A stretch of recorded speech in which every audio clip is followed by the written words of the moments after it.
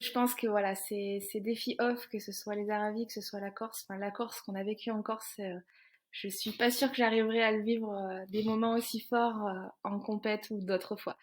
Je pense que clairement en fait, le partage, le fait de l'avoir vécu à plusieurs aussi, de l'avoir partagé hein, avec mes proches, je crois que c'est ces moments-là qui sont incroyables. Et je suis pas sûre qu'on arrive à reproduire de telles émotions et de tels plaisirs en fait avec un dossard où finalement oui on est seul quoi. On est quand même plus ou moins seul sur une course avec un dossard sur le dos. Et ces moments de partage ils sont assez incroyables. Bonjour à tous, je suis Guillaume Lalu et je suis ravi de vous retrouver dans ce nouvel épisode de Course Épique. Course Épique, c'est le podcast Running et Trail qui vous fait vivre dans chaque épisode une histoire de course hors du commun. Athlète émérite, coureur confirmé ou anonyme passionné, quand la légende d'une course et la destinée d'un coureur se rencontrent, c'est dans Course Épique qu'elle se raconte.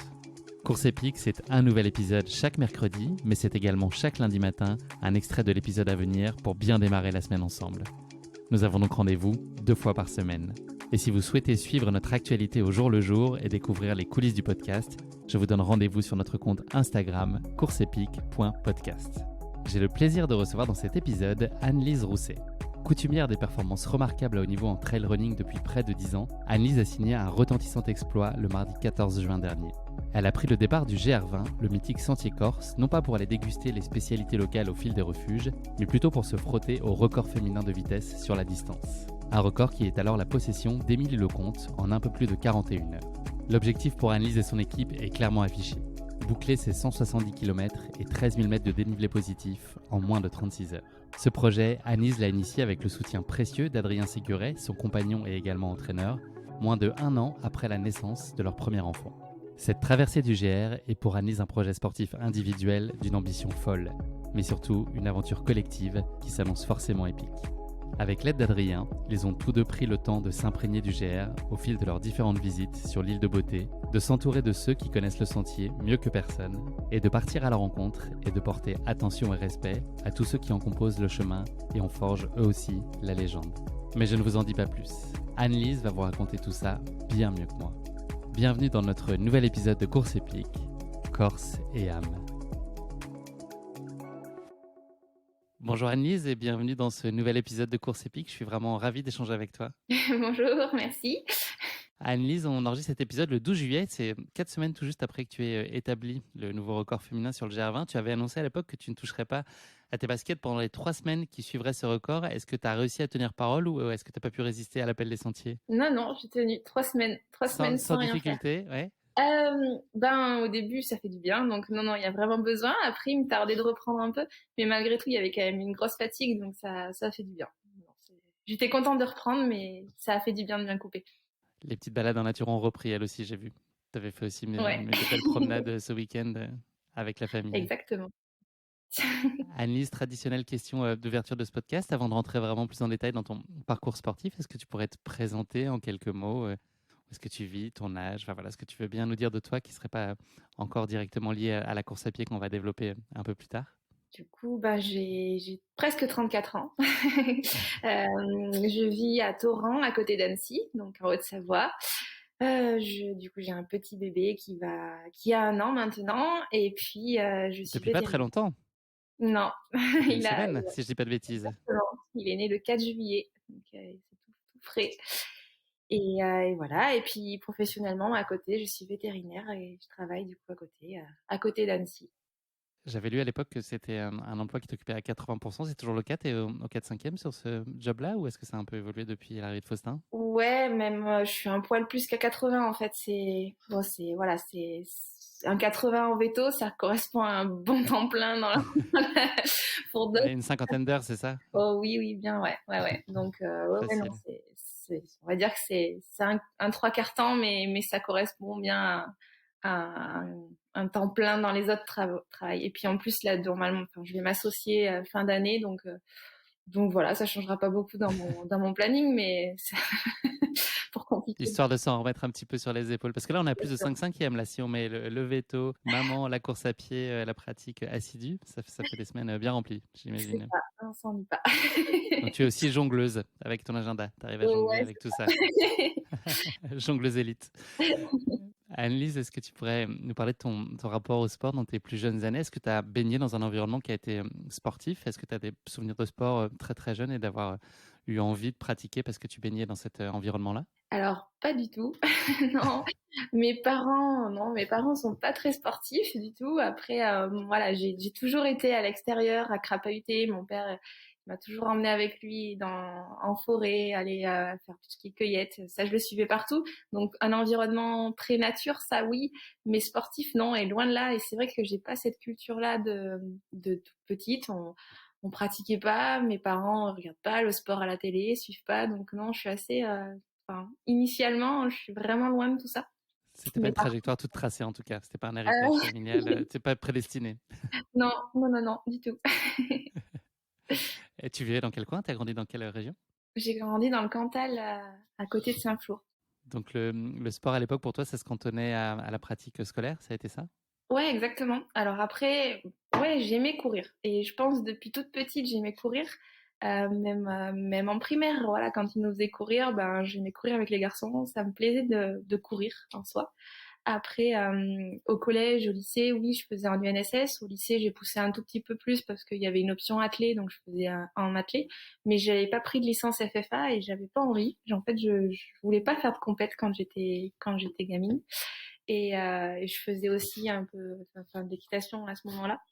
J'avais mon petit cheval à la maison, donc en fait, voilà, j'aimais monter à cheval, aller crapahuter, courir un peu à droite à gauche, mais sans faire de compète et d'entraînement structuré. Qu'est-ce qui me guidait ce choix-là? C'était pour éviter toute forme de pression? Tu voyais pas d'intérêt spécialement? Enfin, tu n'avais pas ce challenge-là, en tout cas, d'aller te mesurer ou d'essayer de te prouver des choses? C'était loin de tes Ouais, centres d'intérêt? Tu voulais avoir une pratique assez pure finalement de ton sport, tes loisirs? je sais pas, j'avais pas envie de faire de compétition en fait. C'est vrai qu'avec l'UNSS, il y avait toujours des propositions d'aller prendre une licence, voilà, d'aller à des entraînements, mais c'est vrai que j'avais pas envie de faire de compétition en fait. Et puis c'est vrai que le cheval me prenait un peu de temps, donc aller en plus faire des compètes comme ça les week-ends, ça m'intéressait pas. On entendra, la notion de plaisir, elle est assez centrale dans toute ton approche. En 2013, tu t'es plongé malgré tout un peu plus dans une dimension compétitive.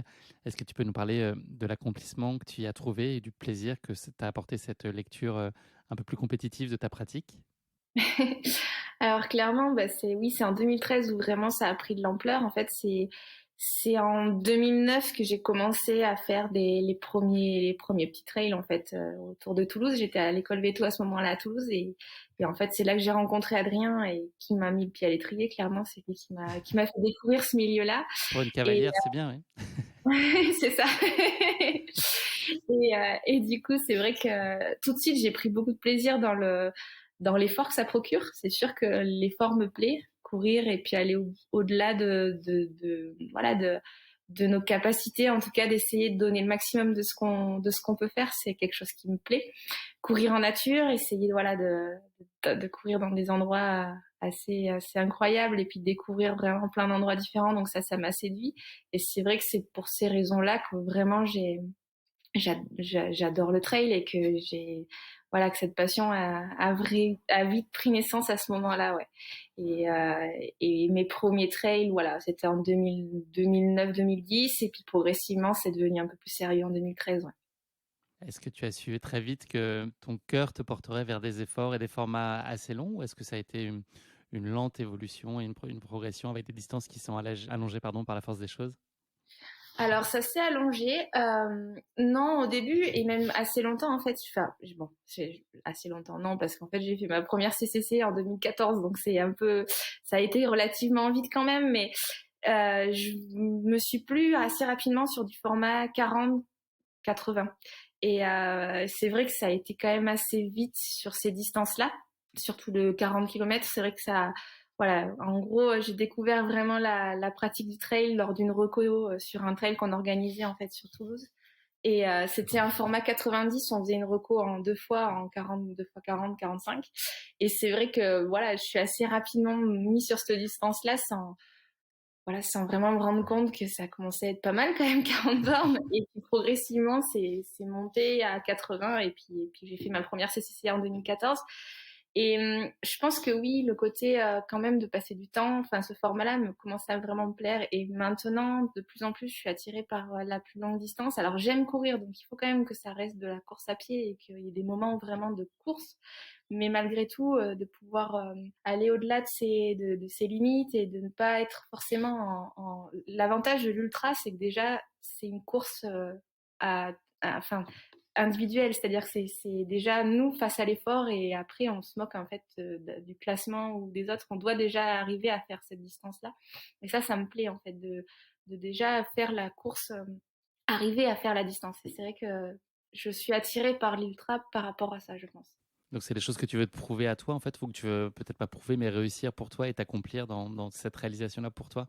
Ouais, je pense, ouais, d'essayer de voir que jusqu'où on est capable, plus que d'être à la bagarre en permanence. C'est vrai que sur des formats courts, avec j'ai adoré faire les circuits de skyrunning, des circuits de Golden, où voilà, c'est des superbes courses, c'est des ambiances incroyables, mais malgré tout, du début à la fin, on est à la bagarre tout le temps. Mine de rien, ça reste des circuits, donc ça demande des courses à peu près, voilà, une échéance toutes les 4, 5 semaines. Et c'est usant. Et même si voilà, j'ai adoré, ça a été des super expériences, mais je crois que maintenant j'ai envie un peu de lever le pied et de plus voilà, faire moins de courses et du coup d'aller un peu plus long sur la distance pour voir plus le côté jusqu'où on est capable d'aller voilà, sur une épreuve. 2, 3 grands rendez-vous dans l'année, ça te va amplement. Ouais, C'est le bon ouais, ouais. équilibre. J'ai plus envie d'en faire tous les week-ends. À quel moment est-ce que tu as pris conscience de tes capacités? Est-ce que c'est toi, ta propre perception? À un moment, tu t'es dit que tu arrivais à faire des belles choses? Ou est-ce que tu as eu besoin d'un regard extérieur, peut-être celui d'Adrien, qui t'a conforté, éclairé sur tes capacités, puis qui t'a donné la confiance pour aller plus loin? Ouais, clairement, c'est Adrien qui m'a permis de faire tout ça parce que j'aurais jamais moi de moi-même pensé être capable de faire ça. Je pense que si je l'avais pas rencontré, je serais jamais allée vers quelqu'un pour m'entraîner. Enfin, j'aurais jamais en fait eu cette démarche-là. Donc oui, donc clairement, c'est lui qui me booste et qui croit en voilà, qui croit en moi et qui me permet de faire ces choses-là parce que je les ferais pas. Et même de moi-même, jamais je me serais inscrite sur un 100, sur un 100 bornes ou un 100 miles. C'est inconcevable pour moi. Donc c'est un peu lui qui me guide, qui me motive qui fait que c'est réalisable. Même en considérant toute l'évolution et tous les résultats géniaux que tu as pu avoir au fil de ton parcours, il n'y a pas eu quand même cette confiance qui s'est construite et qui s'est affirmée en toi? Tu as quand même aussi toujours autant besoin finalement d'avoir ce soutien. Non, j'ai besoin de son soutien, ça c'est sûr. Après, c'est vrai que j'y vais quoi, j'y vais, ça c'est sûr. Des fois, j'y vais même un peu trop tête baissée, mais c'est parce que j'ai confiance en lui plus que confiance en moi en fait. Et s'il me prépare il sent que je suis capable d'essayer de le faire, ben j'y vais après sans me poser trop de questions. Mais après, est-ce que de moi-même j'aurais la volonté, et la confiance nécessaire pour enfin pour m'inscrire sur enfin voilà, pour me lancer tel défi, je pense pas. Mais par contre, ce qui est sûr, c'est que je me pose pas trop de questions et que quand il me prépare à quelque chose, ben je Les yeux fermés, ça va bien se j'y passer. vais. Quels sont pour toi les indispensables ingrédients pour qu'une course soit réussie? Qu'est-ce qu'elle doit avoir à tout prix? Elle doit être chouette, elle doit plaire. Ça, c'est la priorité. Je pense que c'est le plus important. Alors du coup, bah moi, ce qui m'attire, c'est clairement c'est la montagne, que ce soit voilà, que ce soit des singles, que ce soit assez sauvage, c'est vraiment la première chose voilà, qui m'attire sur une course. Mais clairement, avant de s'inscrire sur quoi que ce soit une course, que ce soit un défi off, c'est le parcours qui est motivant. Et quel est ton moment favori d'une course? J'inclus un peu tout le cycle, l'avant, l'après, le pendant. Est-ce qu'il y a vraiment un moment que tu chéris et qui est particulièrement agréable? Je sais pas, un moment d'aisance sur la course, l'émulation du départ, la dernière séance de préparation, un moment où tu te dis que ça y est, il n'y a plus qu'à. C'est quoi le moment que tu chéris le plus dans une course? Je pense que ce qui est le mieux, c'est quand justement on a mené à bien cette préparation et que on a des super sensations. Il y a des moments de haut, il y a des moments de bas pendant une course, ça c'est sûr, et quel que soit le format, quelle que soit la difficulté de l'épreuve, mais et je pense que ce qui est vraiment génial, c'est quand justement on se sent bien, ça avance bien et que voilà, on se dit bah toute cette préparation finalement elle a servi à ce moment-là et c'est vrai que il y a des hauts et des bas, mais ces moments de haut pendant l'effort, pendant la course, je pense que c'est ce qu'on recherche et ce qui est le plus appréciable. Ouais. On l'a compris, la compétition en elle-même, c'est pas tellement ça ta source de motivation principale, mais c'est plutôt cette idée de plaisir de courir. Il vient d'où pour toi le bonheur aujourd'hui en course à pied, Annelise? Est-ce qu'il peut être comparable à un dossard sur le dos, sur un off, sur une petite sortie tranquille du dimanche? Tu peux atteindre des niveaux de plaisir qui sont comparables? J'avoue que je pense que voilà, ces défis off, que ce soit les Aravis, que ce soit la Corse qu'on a vécu en Corse, je suis pas sûre que j'arriverai à le vivre des moments aussi forts en compète ou d'autres fois. Je pense que clairement en fait, le partage, le fait de l'avoir vécu à plusieurs aussi, et de l'avoir partagé hein, avec mes proches, je crois que c'est ces moments-là qui sont incroyables. Et je suis pas sûre qu'on arrive à reproduire de telles émotions et de tels plaisirs en fait avec un dossard où finalement oui on est seul quoi, on est quand même plus ou moins seul sur une course avec un dossard sur le dos, et ces moments de partage ils sont assez incroyables. C'est le moment de sortir un petit miroir que tu auras à portée de main et de te regarder dedans, Annelise. Est-ce que tu pourrais nous parler de ce que tu penses être tes points forts, à la fois d'un ordre physique et mental, et aussi les zones d'amélioration sur lesquelles tu vois qu'il y a encore des choses sur lesquelles tu as envie de travailler, sur lesquelles pourrait y avoir une marge de progression? Comment est-ce que tu auto-évaluerais aujourd'hui tes capacités? C'est pas simple de Pas répondre. facile. Je pense que le point fort peut-être ça a été ce côté de rien lâcher, et c'est vrai que cette première expérience sur une si longue distance, elle a été chouette dans le sens où je pense que à aucun moment j'ai baissé les bras, et j'avais envie d'aller jusqu'au bout, et je pense que voilà, d'essayer de se donner d'un coup de pied aux fesses quand ça allait pas, d'essayer de profiter au max mais sans se brûler les ailes quand c'était le moment d'un peu d'euphorie, mais ça a été chouette. Donc je pense que le côté mental face à l'effort a été un point faible. En tout cas, voilà, je pense que ça a été un point faible. Après, à travailler, bien sûr, bah il y a tout ce qui est il y a la gestion de l'effort, c'est pas simple à gérer, tout ce qui est l'alimentation, tout ce qui est autour, ça c'est pas simple à gérer. Et puis il y a toujours à travailler. C'est vrai que moi jusqu'à présent les points un peu faibles, c'était toute la puissance qu'il fallait donner en montée, des choses comme ça. Donc ça, il faut toujours le travailler, et je le travaille. Mais tu rechignes un peu plus que le reste? C'est pas tes séances les Ouais, plus bah, favorites? ça demande c'est de la muscu. Bon, c'est pas ce que je préfère faire à la maison. C'est les travails de côte vraiment en puissance. C'est pas les plus rigolotes, quoi. Je préfère, oui, clairement, je préfère faire, même, je prends beaucoup de plaisir à faire de la vitesse, à faire des séances de tempo. Ça, j'aime bien. Mais, ou des sorties longues, bien sûr. Ça, c'est toujours ce qu'on préfère. Mais c'est vrai que ces séances de puissance stricte, c'est pas ce que je préfère.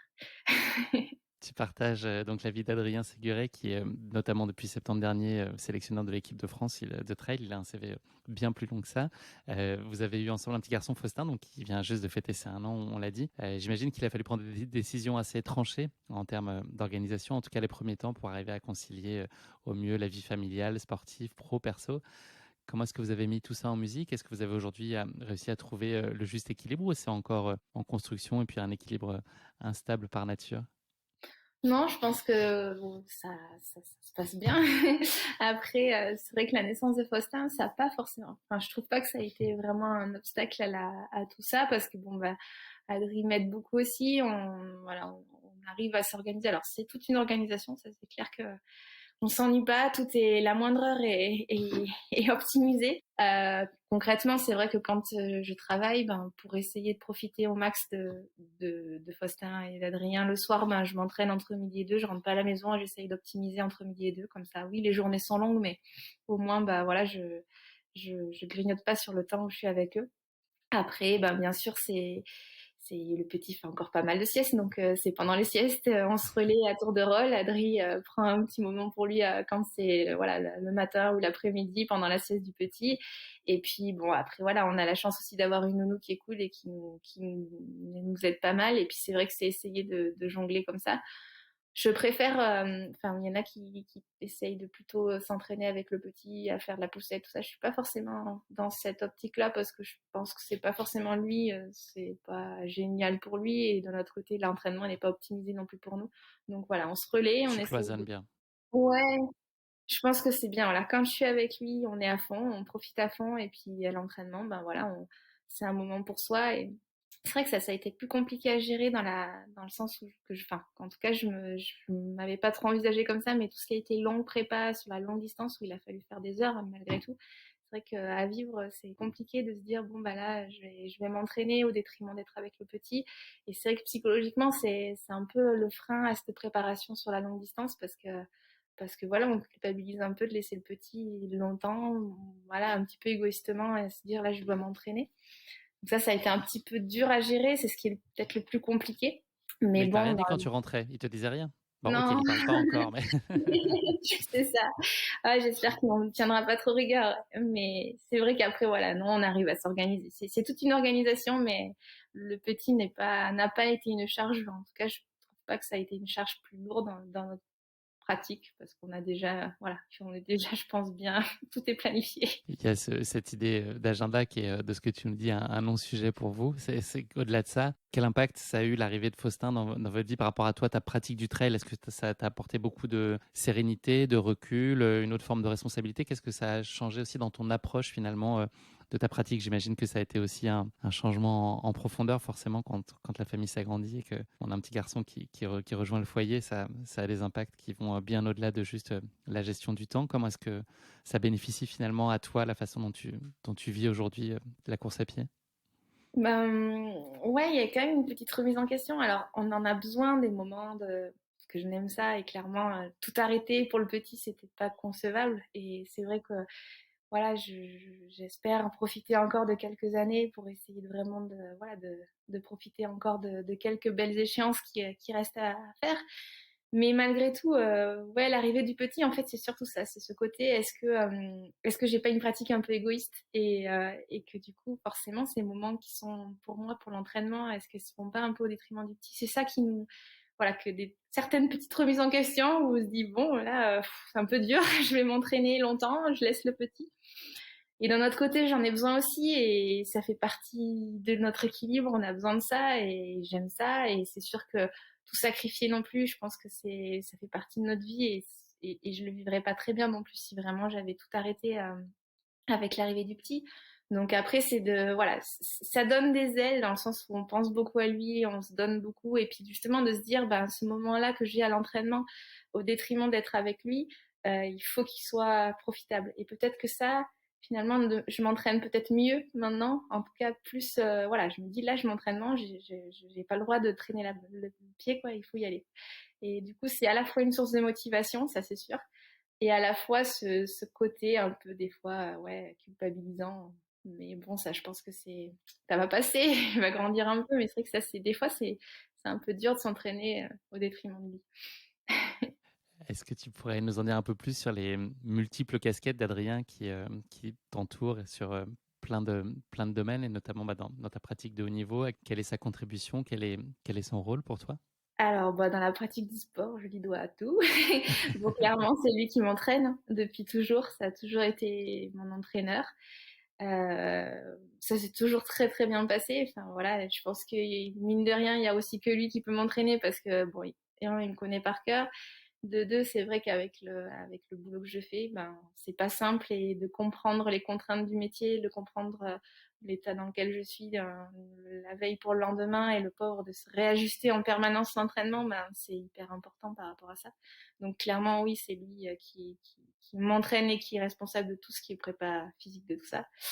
C'est clairement lui aussi enfin, on le fait ensemble, mais qui me motive pour faire certaines courses et voilà, le calendrier, il est fait ensemble et tous les choix que ce soit course ou projet, ben, c'est construit ensemble. Par rapport à la Corse, par exemple, voilà, il a été plus que le chef d'orchestre, quoi. C'est lui qui a tout organisé voilà. Moi, j'ai couru, c'est tout, quoi. Lui, il a tout organisé, tout préparé et c'est clair, voilà, il a un rôle plus que majeur, en tout cas, voilà. Sans lui, la course à pied n'occuperait qu'une toute petite place. Merci beaucoup pour cette introduction, Annelise. On va passer maintenant à notre rubrique de la basket chinoise. Et voilà, initialement, c'était un format de portrait chinois. C'est pour ça que ça s'appelle la basket chinoise. Ça a un petit peu évolué maintenant vers une espèce de questionnaire de Proust. La première question de cette basket chinoise, quel est le talent que tu aimerais le plus avoir? Je pense qu'il faudrait que j'ai la main verte parce que je suis nulle en jardinage. Tout ce que je plante, ça ne pousse pas. Donc, j'aimerais avoir ce talent-là. Mais bon, après, il faut avoir le temps aussi pour jardiner. Ça n'est pas ta priorité, tu as d'autres Pour chantiers en ce l'instant, moment. non. Si tu devais emmener 3 choses sur une île déserte, alors on considère que Adrien et Faustin font partie du voyage, évidemment. Quelles sont les trois choses que tu emmènerais en complément de ta famille sur une île déserte? Je pense que je prendrais une paire de baskets, que c'est quand même. Je prendrais peut-être un poney pour le caresser si Faustin et Adrien n'est pas là, pour le consoler. Et puis quand même, je serais bien malheureuse, donc je m'en irais un petit peu. Je pense que j'aurais besoin d'un paquet de mouchoirs. Dernière question de cette basket chinoise. Quel est l'accomplissement qui t'apporte le plus de fierté? Bon, je dirais Faustin. Oui, c'est un bonheur absolu, Ouais. ultime. Avant de savoir ce que c'est d'avoir un bébé, ouais, je me rends pas compte. Et puis c'est que des belles surprises tous les jours. Ouais. Ouais. Là, il marche déjà ou pas? Il a 1 an? Ben, il fait un peu le feignant en fait. Il marche à quatre pattes, donc il est à fond. Et il se lève, il se tient, mais il trouve qu'à quatre pattes c'est mieux. Donc ça va plus vite. Donc pour l'instant il s'est pas lâché encore. Il marche pas. D'accord, il crapahute pas encore partout dans toute la maison, vous n'êtes pas Non, obligé de le ça courir. Après, ça va être une autre forme d'entraînement pour toi, ça. ouais, c'est ça. Mais déjà à quatre pattes il bouge pas mal. Merci beaucoup Anne-Lise. On va parler maintenant de ta course épique, donc ton record sur le GR20. Avant ça, je vais me présenter en quelques mots et planter le décor de cette course épique à laquelle tu as préparé il y a quelques semaines. J'appelle ça une course épique, mais il n'y a pas de dossard, bien sûr. C'est plutôt un défi épique. Ce projet plante son décor le long du GR20, qui est le sentier de grande randonnée en Corse, qui est souvent considéré comme le sentier le plus difficile au monde. Ce sentier de grande randonnée traverse la Corse au départ de Calenzana pour une arrivée à Conques, le trajet inverse étant également possible. Il mesure dans sa version actuelle 180 km, mais les tentatives de record se font, elles, depuis 1995 sur l'ancien tracé, qui est long de 170 km, pour 13 000 mètres de dénivelé positif environ. Pour la petite histoire, le premier balisage du sentier est réalisé en 1970. Le GR20 était ainsi né. On lui attribue d'ailleurs ce numéro en référence à celui de l'ancien département de la Corse, avant que deux départements ne soient distingués en 2A et 2B en 1976. Pour les randonneurs, le GR20, c'est en théorie entre 10 et 16 jours de marche en montagne, pour ne pas dire en haute montagne, avec plusieurs sommets à plus de 2000 mètres d'altitude. On va voir que pour Anne-Lise, c'est beaucoup moins que 10 à 16 jours. Le terrain, de manière générale, les rochers et le dénivelé très marqués ont fait la réputation de ce sentier mythique, au même titre que ces paysages à couper le souffle. Cette aventure a été coupée par des nuits en refuge ou en tente et des journées à évoluer sur le sentier corse. Au gré de ces étapes, ce parcours est une aventure sans nul autre pareil, exigeante, minérale, grandiose, ça tu vas nous le dire, j'en suis certain, à laquelle de nombreux prétendants venus des 4 coins de la planète prennent part chaque année, parmi lesquels les échecs sont parfois nombreux, faute de préparation tout à fait appropriée. Hormis à Ascot, Vizavone et Bavel, vous avez peu de chance d'y croiser de la civilisation. C'est ce qui peut sembler un peu difficile pour certains et vraiment reposant et dépaysant pour d'autres. Le GR20 est un retour aux sources, à l'essentiel. Le record de vitesse du GR20, il a changé un certain nombre de fois de main, ou plutôt de pied, depuis 1988, puisque le précédent record féminin, avant que tu ne t'y frottes, Anne-Lise, datait de 2012 et était la possession d'Émilie Lecomte, qui avait réalisé ce GR20 en 41 heures et 22 minutes et 10 secondes, pour être tout à fait précis. Et chez les hommes, le record a été battu l'année dernière par Lambert Santelli, que j'ai eu le plaisir de recevoir dans l'épisode 49 de ce podcast. Si vous ne l'avez pas fait, je vous invite à l'écouter en complément de cet épisode avec Anne-Lise. Et donc Lambert a décroché ce record en bouclant lui son GR20 en 30 heures et 25 minutes. Voilà, Lambert qui sera d'ailleurs un des personnages clés de ton aventure sur la tentative de record que tu vas nous raconter aujourd'hui, Anne-Lise. Voilà, en quelques mots, ce qu'il faut avoir en tête sur la course épique qui nous intéresse aujourd'hui. Ça va, tout y est, tout est Ouais. juste. Ah. Anne-Lise, tu confirmes? Oui. Exactement. Avant qu'on parle de ta tentative de record, parce que je dis tentative de record au cas où les gens pensent encore que tu n'es pas réussi à battre le record. Il y a une espèce de petit suspense tu vois, pour les gens qui ne sauraient pas. On va désormais se pencher sur la rubrique qui s'appelle la question qui pique de Course Épique. C'est une question très gentiment piège que je pose à mes invités, donc c'est très bienveillant. Voilà la question pour toi, Anne-Lise. On va aujourd'hui parler de ton récent record sur le GR20, mais les premières tentatives, elles remontent à plusieurs dizaines d'années. Est-ce que tu saurais me donner un ordre d'idée du premier record du GR20 qui a été établi à la fois chez les hommes et chez les femmes? Alors, il y a eu quelques années d'écart. Chez les hommes, c'était en 1988 par Piero Griselli et Guy Genovesi et par José Combo chez les femmes en 2006. Est-ce que tu as un ordre d'idée du temps qu'ils ont mis à boucler le temps est sensiblement même chez les masculins et les féminins pour couvrir ce GR20, le tout premier record? Mais je crois que c'était Piero Santelli, oui, Santelli qui l'ont. qui l'avait en 36h50, quelque chose Alors, comme le ça. tout premier record, Déjà, c'est le tout premier, ouais. c'était 56 heures, figure-toi. En D'accord. 1988 et en 2006, c'est 56 heures et 4 minutes par José Combo, tu vois, la féminine qui a battu le record. Donc, quasiment une vingtaine d'heures de plus que toi. Impressionnant. Désolé Annelise, cette question qui n'était pas très facile. Maintenant, on va se consacrer à ton GR20, à ton record. C'est ça qui nous intéresse aujourd'hui. Pour commencer, Annelise, est-ce que tu pourrais nous expliquer comment est née cette idée de te frotter à ce record du GR20? Elle a germé pour la toute première fois il y a environ 2 ans et demi. Est-ce que, voilà, qu'est-ce qui explique ce choix? Et puis, est-ce que tu avais un attachement déjà tout particulier à Lille? Alors avant, non, je connaissais de réputation, j'avais entendu que du bien de la Corse, mais je la connaissais pas. Et la première fois qu'on y est allé, donc ouais, ça fait 2 ans et demi, et donc comme beaucoup de monde, forcément, c'est le GR qui nous titillait. Donc on est allé faire ce GR en 4 jours et demi avec Adri, donc bon, en mode rando trail quand même bien et assez optimisé. On avait les sacs, mais on l'a optimisé. Et c'est vrai que, ouais, j'ai été vraiment mais séduite à 100% par ce sentier. Je savais, enfin voilà, de réputation, on m'avait dit que ça serait technique, que ça serait de la montagne, mais vraiment, il est incroyable en fait. Déjà, on parle de sentier, mais finalement, c'est une trace quoi. Plus une trajectoire qu'on suit. Il y a pas toujours un sentier dessiné, ça loin de là. Et surtout, voilà, pendant les recos, là, quand j'ai pu le faire en mai, quand il n'y avait pas encore les randonneurs qui l'empruntent, bah, c'est là qu'on voit le côté sauvage du sentier où vraiment c'est une trace qu'on suit, une trajectoire qu'on suit. Il est incroyable, on arrive vraiment dans des décors très rapidement, très, très alpins, très minéral, très, même par rapport aux Alpes, par rapport à chez nous, là, en Haute-Savoie, c'est encore plus sauvage, encore plus marqué. Et c'est vrai qu'il est très déroutant et j'ai totalement été séduite en fait par ce tracé-là. Et donc voilà, on a été sous le charme, ça a été une super belle expérience. Et puis voilà, assez rapidement, Adri a regardé le temps qu'on avait mis, a regardé un peu. Il a fait ses petits calculs. Et bizarrement, voilà, assez rapidement, il me dit tiens, tu sais quand même, ce serait chouette quoi. Mais bon, pour moi, ça me paraissait totalement impossible dans le sens, ça avait 170 km. Voilà, c'était assez déroutant, assez impossible, mais bon, on en a parlé, on a commencé à en parler. Alors voilà, moi, comme Il le avait fallu tracé, 3 minutes pour te convaincre ou 3 mois? moi, je l'ai laissé au début dire oui, oui, d'accord. Et ça a été plus concret après, en y retournant, on a commencé après à rencontrer vraiment. On connaissait Guillaume Pirette, mais on a été allé lui en parler, commencer à vraiment concrétiser un petit peu cette idée et devenir un peu plus, voilà, un peu plus réel.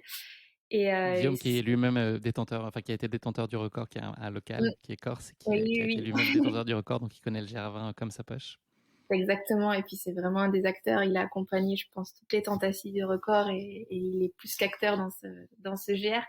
Donc ouais, ça a été avec lui aussi qu'on a construit un petit peu ce projet et assez rapidement derrière, on s'est dit pourquoi pas. Après, la date était plus incertaine parce que bon, voilà, sans se mentir, on avait déjà le projet d'avoir un petit. Donc, puis il y a eu les années un peu Covid avec tous ces off, avec tout, plus rien, enfin voilà, plus rien qui ne se passait. Moi, j'étais moins certaine sur la date. Et puis finalement, bah voilà, notre petit est arrivé. Et puis déjà avant la grossesse, on l'avait bien en tête. Et puis comme ça s'est très bien passé à la fois pendant, on est retourné en Corse, à la fois après, où on est retourné 2 mois postpartum. Et finalement, bah, j'ai pu refaire une bonne partie du GR, si ce n'est quasi le GR. Bah voilà, on s'est lancé. Après, honnêtement, moi, je pensais que ça serait assez difficile à réaliser en 2022, mais Adri a cru, bah du coup, voilà, on l'a tenté, A raison. quoi. La dimension collective, c'est une notion fondamentale qui est au cœur de ce projet de record que tu as entrepris. Est-ce que tu peux nous parler de l'équipe qui t'entoure et puis nous dire dans les grandes lignes comment vous avez organisé, mis en musique tout ça et puis réparti les contributions de chacun? Ouais.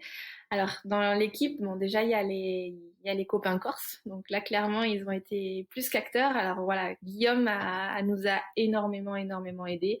Il nous a bon bah, à la fois dans le côté technique, pratique, à la fois dans le côté contact aussi parce que mine de rien, il faut se nourrir de cette culture autour du GR. Il y a tout un monde autour qui gravite autour. Il y a la FFME, bien sûr, qui régit tout le règlement de la course. Donc, il a fallu aussi rencontrer le président, rencontrer les acteurs de toute cette FFME. les acteurs du parc aussi, avec les refuges aussi. Donc ça, c'est Guillaume qui nous a mis en relation et qui nous a beaucoup aidé à ce niveau-là. Après, parmi les acteurs corses, il y a eu Lambert, mais qu'on connaissait moins. Et puis forcément, moi, j'osais un peu moins aller vers lui parce qu'on connaissait pas plus que ça. Mais on l'a rencontré pendant nos recos. Et puis clairement, c'est tout de suite devenu très rapidement un très bon copain. Donc il nous a beaucoup aidé aussi dans toute la partie nord, dans toute le parcours nord. C'est lui qui m'a guidée. Il a fallu aussi, on avait aussi des amis sur Ajaccio, c'est des organisateurs du Trail Napoléon, les organisateurs du Trail de la Restonique qui nous ont aidés aussi dans tout ce qui est parcours, logistique et qui m'ont donné aussi, qui m'ont aidé aussi pendant le jour J. Et puis après, bien sûr, il y a les copains proches. Donc voilà, c'est une aventure qui est collective. On avait à chaque fois, le règlement stipule qu'il y a 2 personnes au maximum avec moi sur le parcours. Ce qui n'était pas le cas précédemment. Exactement, ça, c'est une nouvelle réglementation qui a été mise en place en octobre l'année dernière. Et du coup, là, le choix s'est porté sur les amis les plus proches. Donc voilà, il y avait mon témoin de mariage, nos amis de l'Aveyron, nos amis du Cantal, nos amis de Haute-Savoie. Donc ça a été facile de trouver parce que c'était les copains les plus proches. Est-ce que ça a été pour toi une opportunité finalement qu'il y ait cette contrainte administrative qui régule un peu le nombre de pacers qui t'accompagnent? Est-ce que finalement c'était l'occasion de vivre une expérience encore plus intense en comité très resserré? Moi, je pense que c'est important, ouais. Et bien sûr, voilà, il y a toute la ferveur autour du GR, les gens qui nous encouragent, les gens qui veulent partager un petit bout de sentier avec nous, c'est chouette et c'est super motivant. Mais d'être dans cette bulle-là, d'être vraiment à chaque fois avec 2 copains qui nous connaissent par cœur et qui vivent l'aventure ensemble, ouais, je pense que c'est chouette, c'est un privilège et d'être dans son petit cocon, c'est génial. Ouais. Non, c'est top. Et après, parmi les autres copains, j'avais mes 2 amis vétos qui étaient en charge des ravitaux, qui étaient à fond. Donc des ravitaux, c'est une nouvelle fonction, ravito. C'est ça, exactement. Donc c'est vrai que Marie-Astrid et Elsa, elles ont été géniales. Et il y avait ma petite sœur qui m'a aidée pour garder Faustin. Donc elle est venue, elle exprès pour s'occuper du petit et elle a été top aussi parce que voilà, il fallait s'en occuper, c'est pas simple et puis elle a pu l'amener à certains points et ça c'était génial. C'est pas un temps de travail continu, mais est-ce que tu pourrais nous donner un ordre d'idée du temps que ça prend malgré tout à mettre en œuvre un tel projet? Est-ce que ça fait finalement depuis 2 ans et demi et que c'était au début une construction un peu plus lente et puis que vous avez accéléré? Est-ce que c'est 3 mois, 6 mois, 1 an de préparation? Comment est-ce que tu mesurais en C'est termes de beaucoup de temps? prépa, vraiment beaucoup de prépa. Je pense qu'Adri a passé des heures et des heures à la fois. Donc voilà, bien sûr, il a le fait d'être allé sur place, d'être allé en Corse, les temps de reco, les temps d'échange avec les locaux, toute la construction du projet, le repérage, même si ça, effectivement, le tracé, il est bien délimité. C'est le tracé du GR. Après, il y a aussi beaucoup de parties d'anciens GR, mais malgré tout, il a fallu reconnaître tout ça, il a fallu le tracer. Donc, pareil, Adri a passé beaucoup de temps sur les cartes à essayer voilà, de regarder le moindre petit trace qui n'a pas été, qu'on n'avait pas encore reconnu. Donc ça a été énormément de temps, énormément d'heures. Ouais. Franchement, je pense que moi, j'ai passé beaucoup de temps sur les sentiers, mais Adri a passé énormément de temps aussi à côté, à tout organiser. Et puis ça va jusqu'au, voilà, entre guillemets, jusqu'aux petits détails, les ravitaux, les repas, ça, faire les courses pour les copains, faire les courses des ravitaux. Tout ça, ça a été beaucoup, beaucoup, beaucoup de temps. Donc en termes de volume horaire, je sais pas. Si on prend en compte toutes les recos et les temps aussi sur le sentier, ça en fait des heures. Ça fait beaucoup, beaucoup d'heures de travail. Est-ce que tu peux nous parler des grandes lignes de ta prépa? Tu nous as dit que tu avais passé du temps et que tu avais bien repéré les lieux, mais qu'est-ce qui a été différent sur ce GR20 dans sa préparation pour toi d'un point de vue athlétique? Qu'est-ce que tu as prévu de faire différemment? Alors bon, déjà moi le premier écueil qu'il a fallu surmonter, c'est qu'il y a eu le retour de grossesse aussi. Donc il y a eu à la fois la préparation spécifique du GR et à la fois la préparation d'une remise, une réathlétisation. Alors c'est vrai que j'ai eu beaucoup de chance de continuer beaucoup de sport et beaucoup d'activités jusqu'au terme, jusqu'à l'accouchement. Donc ça a été chouette pour moi, mais malgré tout il a fallu quand même reprendre derrière. Donc ça a été déjà de la réathlétisation. En Au bout de termes combien de temps spécifiques, tu as recommencé? j'ai eu en fait, j'ai été accompagnée par une kiné qui m'a permis déjà de me guider pendant la grossesse et puis allez, j'ai repris vraiment la course à pied en y allant très progressivement un mois après. Ça a été assez rapide. Après, c'était très progressif. Au début, c'était des alternances de course et de marche. Ça a été toujours un complément de la rééducation périnéale. Et puis vraiment après, on va dire la course, enfin le footing d'une heure, ça a pu être, ça a commencé, ouais, enfin mi-août quoi, mi-août j'ai pu commencer. Un mois et demi après, ça a commencé déjà à recourir un peu, ouais. Mais j'ai fait beaucoup. Alors en spécifique Corse, bon bien sûr il y a le temps sur les sentiers, donc il a fallu y aller. On y est allé en septembre, on y est allé après, on a fait un dernier très gros bloc en mai, donc 3 semaines avant la Corse, où là je l'ai refait encore 2 fois en intégralité. Et puis, comme c'est un sentier très technique et qui demande des longues montées, des longues descentes, voilà, il a fallu faire beaucoup de muscu, beaucoup de renfort. Donc ça a été beaucoup de travail aussi en salle, en musculation stricte, quoi. Donc c'est pas la partie la plus rigolote, mais ça a été un petit peu le point en plus à travailler pendant en spécifique GR. Beaucoup de renfort, beaucoup de travail de côte, beaucoup de travail de puissance en côte, de longues côtes justement à travailler pour absorber ce dénivelé et être capable de tenir, quoi. Est-ce que on a entendu Faustin, je pense, derrière, tout va bien? Ouais, il y a Ryan, mais peut-être C'était que sous contrôle? ouais, on va voir. C'était juste un petit rêve. La prépa, est-ce que c'est une phase que tu aimes pour ce qu'elle est en soi ou est-ce que c'est avant tout un moyen pour arriver à un grand rendez-vous en étant prête? Non, j'aime ça. J'aime m'entraîner. Après, bien sûr, on a l'objectif, enfin, on s'entraîne pour quelque chose, mais j'aime ça. J'aime m'entraîner, ouais, au quotidien. Il y a finalement eu assez peu de tentatives de record féminine sur ce GR20. Est-ce que ça a suscité des questions de ta part? Est-ce que tu avais un peu regardé l'historique du record et est-ce que ça a pu te poser des questions, le fait que finalement peu de femmes se soient frottées à l'exercice avant toi? Alors, est-ce que ça m'a vraiment... Non, je me suis pas vraiment posé de questions par rapport à ça, le fait qu'il y ait moins de femmes que d'hommes qui l'aient tenté. Après, il fait peur. Clairement, c'est un sentier qui fait peur. Est-ce qu'il fait plus peur aux filles qu'aux gars? Je suis pas sûre. Il fait peur à tout le monde.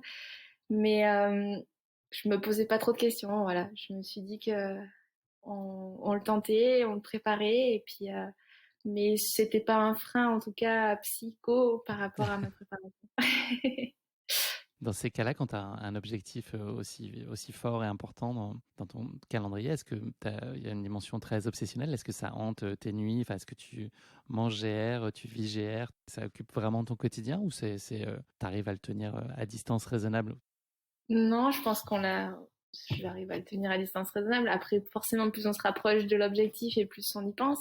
Mais je pense non, ça montait pas non plus plus que ça. Non, non, je l'avais en tête dans tous mes entraînements. J'avais à cœur de bien le faire et forcément, je m'entraînais pour ça, c'est sûr. Mais ça va, j'arrive à faire la part des choses, je pense. Les courses qui précédaient le GR20 sont très bien passées. Je pense notamment à ta première place sur le 42 km du Trail Drome ou encore ta performance au très relevé Trail Napoléon qui est aussi en Corse où tu as fini première femme et quatrième au scratch. Quels indices ou quelle confiance ça a pu te donner pour la suite et pour le GR20? Est-ce que ta conviction, elle est grande que ça va bien se passer ou c'est de toute façon totalement impossible et incertain de savoir comment ça peut tourner? Non, c'était incertain parce que, alors clairement, alors le trail drum, c'était pour essayer de se remettre en selle parce que bizarrement, bah, après une grossesse, on perd un peu ses repères, on sait pas où on en est. Et c'est vrai que c'est surtout ça où on a plein de doutes parce que physiquement, ben, le corps a changé, les repères, en fait, on n'a plus de repères. C'est assez bizarre, mais on sait plus trop où on en est. Et puis concrètement, comme je pouvais pas faire de vitesse pure. C'est difficile d'avoir des repères en trail finalement. Donc les repères qu'on puisse avoir, c'est un temps sur 10, un temps sur 400, un temps sur 1000. Et ça, je pouvais pas trop le faire encore parce que avec la rééducation périnéale, je pouvais pas aller à bloc encore sur une piste. Donc finalement, j'étais un peu en manque de repères. Et c'était plus pour me redonner confiance et voir ce que ça donnait sur un format 40 qu'on s'était inscrit là-dessus. Donc le trail run, ça m'a fait du bien aussi en me disant, bon, j'étais pas complètement foutue, donc ça c'était chouette. Et puis le trail Napoléon, c'était plus là pour le coup parce que voilà, il y avait les organisateurs qui nous ont beaucoup aidés. Il y avait donc deux pacers du coup qui sont partis du club qui étaient avec moi pendant la nuit. Donc c'était plus pour les remercier et puis pour essayer voilà de participer un petit peu à leur événement qu'on est allé le faire, plus que pour en termes de confiance ou de dossard strict. C'était vraiment plus par rapport à ça. Ils n'avaient pas vraiment de valeur de préparation stricte pour le GIR. C'était un côté psy, un côté remerciement. Tu avais jamais couru plus de 100 km jusqu'ici et pas couru 100 km en compétition depuis 2018. Qu'est-ce qu'on met en œuvre mentalement pour se dire qu'on peut réussir sur cette distance qui est significativement plus longue et sur un terrain qui est aussi délicat que le GR? Comment est-ce qu'on aborde les choses? On découpe? Ouais, clairement. C'est impossible de se dire je pars de Calenzane sans se dire j'arrive à Conca. Non, je me disais bon voilà, première partie, ben voilà, je suis avec Lambert et Flo, on va jusqu'à Ascot. Et puis après deuxième partie, on est avec Lambert, avec Guillaume et Augustin. Allez, on va jusqu'à Verdé, en Verdio. Et tout ça en fait, c'était étape par étape. Et puis dans ma tête, je me disais voilà tiens j'avais 7 étapes. Bon ben, j'en ai fait 2 sur 7, j'en ai fait 3 sur 7. Et puis c'était vraiment une réflexion comme ça. Et c'est oui clairement, je pense que ça a été moteur et le fait d'être toujours accompagné de personnes clés aussi, ça booste et chaque échéance était différente, chaque portion, je l'avais plus que clairement en tête, je le connaissais par cœur, je pense que j'ai. Mais voilà, j'avais vraiment découpé chaque section et c'est ça qui permet d'avancer. Parce que se dire non, là je pars pour 170 km, c'est pas possible. Enfin, en tout cas, moi je pouvais pas la concevoir. Comment est-ce que vous aviez défini la stratégie sur la course?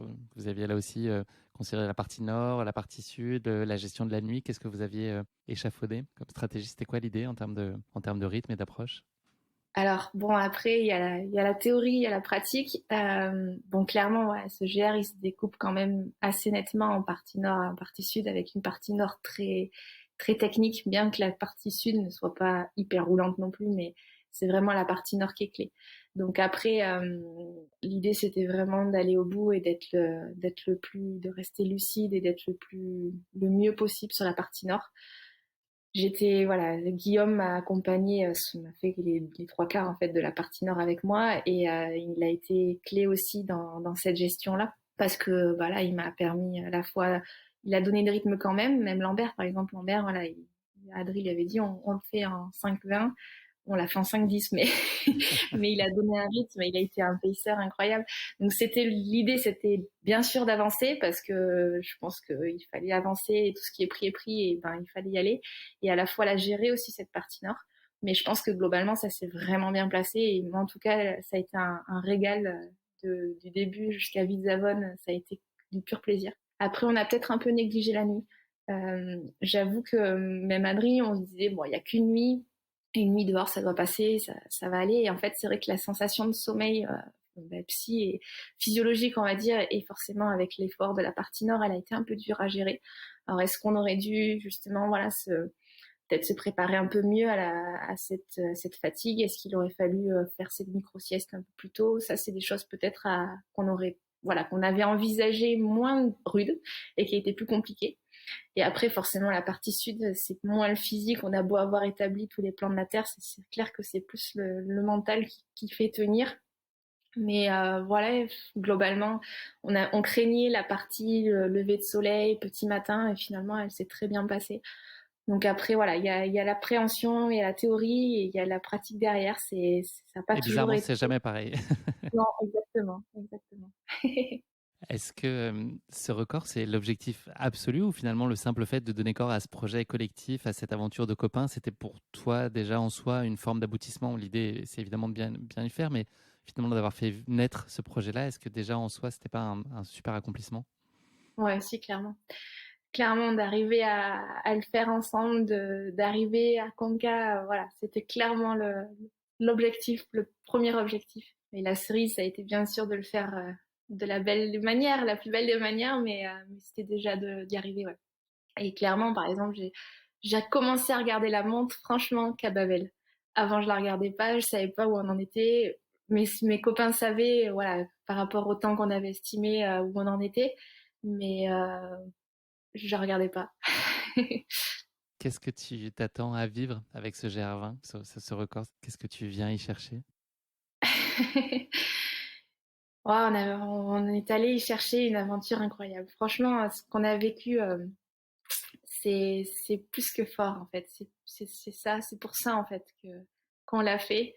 Et ces moments de qu'on a vécu, que ce soit avec les copains, que ce soit face à l'effort, que ce soit dans cette montagne corse, c'est pour ça qu'on le fait quoi. C'est ces moments-là dans une vie. Alors ça sert pas à grand chose, mais on les garde Ça et rend heureux, ça sert beaucoup si ça ouais rend heureux. exactement. Ça a C'est beaucoup de sens. exactement ça. Après, voilà, avoir un record, je sais pas si c'est ça qui est incroyable, c'est plus ces moments-là qu'on a vécu. Et finalement, c'est ça qui compte, quoi. C'est pour ça qu'on le fait. Après, c'est ce qui nous motive, c'est ce qui nous fait avancer. Ce qu'on en gardera, je sais pas, c'est juste, c'était un moment incroyable. Ouais, ça a été 35h50 de pur bonheur au final. Ça y est, donc on est le lundi 13 juin 2022. Il est bientôt 6 heures du matin. Comment est-ce que tu vis ces instants juste avant le départ? Là, il y a beaucoup d'émulation, il y a beaucoup de monde. Est-ce que tu es dans ta bulle? Est-ce que tu arrives à savourer le fait de partager ce moment-là avec tout ton entourage, les médias qui sont présents? Ou est-ce que tu es finalement un peu dans un état second?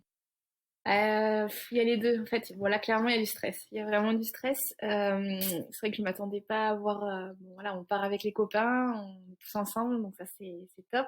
Mais quand on arrive à Conques, bah oui, il y a les médias, il y a du monde, et ça, je m'attendais pas à ça. Donc ouais, là, il y a du stress. Donc c'est clair qu'à la fois, il y a une grosse envie de partir, et là, il me tarde qu'une chose, c'est que c'est pas qu'on démarre. On se tient un peu à part en fait. Voilà, avec Adri, on est partis un peu tous les deux là, s'isoler 5 minutes. Lambert est arrivé. Et après, bon, c'est un petit peu protocolaire, mais voilà, il y a le maire de Kalamzan qui nous accueille, qui donne le départ, et après c'est parti. Mais bon, c'est pas là, voilà, c'est cette demi-heure à Kalamzan avant 6 heures, elle est un peu dure à gérer. Il tarde juste de partir. Vous partez donc finalement, et puis plutôt à très bon rythme, mais rapidement, il y a une toute petite contrariété qui arrive avec Flo, qui est un de tes pacers, c'est ça, qui connaît un coup d'arrêt? Ben ouais, alors je m'en rendais pas trop compte. Bon, on est parti. Ouais, en gros, il y avait les consignes. Adri avait donné en plus un petit peu au dernier moment les consignes à Lambert. Au début, on devait faire en 5h30 et puis Adri lui a glissé à l'oreille en partant. Bon, Lambert 5h20. Ok. Et en fait, donc on est parti comme ça. Et c'est vrai que bah, forcément là, il y a entre l'excitation du départ et entre, je pense, ouais, on l'avait préparé. J'étais en forme, donc on est parti un peu vite. Et c'est vrai que ça allait bien. Et je me rendais pas compte que Flo était pas très très bien. En plus, au début, il savourait. Je pense qu'il a vraiment pris du plaisir. Et Flo, c'est un très grand coureur en plus. Mais je pense qu'il se rendait pas forcément compte de la Corse, de la technicité. Et il a été peut-être un peu surpris par tous ces cailloux. Mais bon, ça allait bien. Et c'est Lambert, en fait, en arrivant à Lortou, qui me dit, mais tu sais, je pense que je vais prendre quelques ravitaux. Il me dit Flo, il est fatigué, il va pas très bien et c'est vrai que je m'en rendais pas trop compte et il commençait à nous lâcher, à revenir, à lâcher, à revenir et là il est tombé. Il est tombé dans la descente, il s'est fait mal et il y avait Cyril et Étienne qui étaient à Caruso au refuge parce qu'ils venaient pour prendre des images et là donc du coup Flo a arrêté et est resté avec eux pour redescendre. Et du coup, on est reparti quatre tous les deux avec Lambert. Alors ça fait un peu, on se dit, voilà, on va pas le laisser là. Bon, il était entre de bonnes mains, donc ça allait. Et c'était pas une grosse blessure, mais ça, voilà, il s'est remis très rapidement. Et du coup, on a filé de Caruzzo jusqu'à Asco que tous les deux. Et c'est vrai que, bon, bah, c'était pas simple même pour Lambert. Lambert, il a pas bu. Il a pas bu jusqu'à Asco. Et il a tout gardé pour que je puisse avoir de l'eau. Donc, ouais, Sympa, ouais, Lambert. ouais, il a été top. Il a été top. Mais bon, il me le disait pas, hein. À chaque fois, je disais, mais bois, bois. Il me dit, non, non, t'inquiète. En fait, il a pas vu du tout. Ouais. Mais bon, voilà, on est arrivé jusqu'à Asco sans encombre après et Flo nous a retrouvés derrière. Comment ça se passe justement sur les ravitaux? Est-ce qu'il y a une espèce de noyau dur et d'équipe resserrée qui est systématiquement sur tous les ravitaux, ou est-ce que c'est variable selon les différentes étapes et l'accessibilité de chacune de ces étapes? Alors, tout le monde est venu à chaque ravito, voilà. Enfin, à chaque ravito, voilà. Tout ce qui était découpé, donc il y en avait six au total. Donc clairement les chefs ravito c'était Maria Astrid et Elsa qui ouais avaient tout préparé, m'avaient vraiment même la crème solaire elles m'ont badigeonné comme jamais. On était plus que voilà au grand soin. Donc ouais, donc ça c'était toujours la même équipe. Donc à la fois il y avait aussi pas mal de partenaires qui ont suivi et qui étaient là. Il y avait quelques un peu de les journalistes aussi. Et mais on était dans notre cocon. Voilà, c'était Marie-Astrid et Elsa qui me ravitaillaient et bien sûr Adrien à chaque fois qui était là pour me réconforter, m'encourager. Et puis c'était les passages de relais. Donc non, c'était top ces ravitaux. C'était trop bien. J'étais au petit soin. Tu repars d'Asco avec Guillaume et puis Augustin. Vous êtes amené ensuite à passer une partie assez escarpée et mythique là, qui s'offre à vous pour les heures suivantes. et vous êtes amené à traverser un endroit que tu aimes particulièrement, qui est le cirque de la solitude. C'est un de tes Ouais. coups de cœur du parcours, c'est ça? Ah, ça fait partie des coups de cœur, ouais. C'est vrai que malheureusement, avec ce qui s'est passé, voilà, le cirque ne fait plus partie du GR actuel. Alors c'est vrai qu'il est assez incroyable quand on arrive. C'est vrai que c'est bon, c'est extrêmement minéral. On passe un petit lac et puis vraiment on sombre ça fait vraiment comme un gouffre quoi. On descend voilà, c'est très pentu pour descendre comme un canyon en fait. Et après, on remonte. C'est une sente maintenant qui n'est plus balisée et ils ont vraiment tout enlevé. Il y a quelques cairns et quelques traces parce qu'en fait, ils ont été peindre les traces du GR actuel en couleur roche pour pas que ça soit. Donc bon, bien sûr, là, je l'avais déjà fait plusieurs fois et Guillaume, il le connaît par cœur. Mais il est incroyable, il est vraiment grandiose. On est à quatre pattes, c'est un peu de la limite de l'escalade et il est magnifique. Ce passage-là est vraiment magnifique. C'est vrai que c'est bon. Voilà, à cause des circonstances qui se sont passées, on comprend que ce soit plus le GR actuel, mais c'est vraiment une partie qui est magnifique. Et c'est un moment de privilège du coup d'y passer grâce à voilà le parcours il passe pour le record c'est un endroit qui est très très très joli. Et puis c'est un moment où tu es parfaitement en forme, où tout se passe bien, donc tu en profites d'autant plus. Ouais, bah là on n'est pas voilà on est aux 30 bornes à peu près donc ça va bien. C'est cool. C'est ça. Vous avez ensuite une montée assez costaud jusqu'à Chiotoulou, c'est ça, je crois, Ouais. où il y a le soleil qui tape très fort. Ça a été quand même une des particularités de ce record, la chaleur qui a été très marquée. Est-ce que toi, tu en souffres à ce moment-là ou tu passes plutôt Ça relativement à allait travers? après, ça allait. Alors c'est vrai qu'il faut profiter de chaque moment où on traverse des rivières pour se mouiller. C'était toujours de se rappeler de ça. Il fallait vraiment toujours s'hydrater à bloc. Euh, ouais, c'est pas simple à gérer parce que vraiment il a fait très très chaud. Donc après mes copains m'ont mouillé tout le temps, m'ont donné beaucoup d'eau. Ils avaient aussi la consigne. Alors c'est les pauvres, et ils étaient harcelés et obstinés par ça parce que j'ai du mal, enfin, j'avais que de l'eau dans les flasques. J'ai du mal, même avec la chaleur, entre le goût, j'avais du mal à vraiment prendre autre chose que de l'eau. Et pour essayer de contribuer à toutes ces pertes, en fait, de sel, d'électrolytes, ben, j'avais pris des électrolytes et du sel sous forme de petites gélules. Et en fait, c'est bête, mais c'est juste de prendre des gélules, je supportais pas trop cette idée-là. Donc, mais à chaque fois, il me harcelait à toutes les heures. Allez, il faut prendre tes gélules de sel, il faut prendre, tu sais.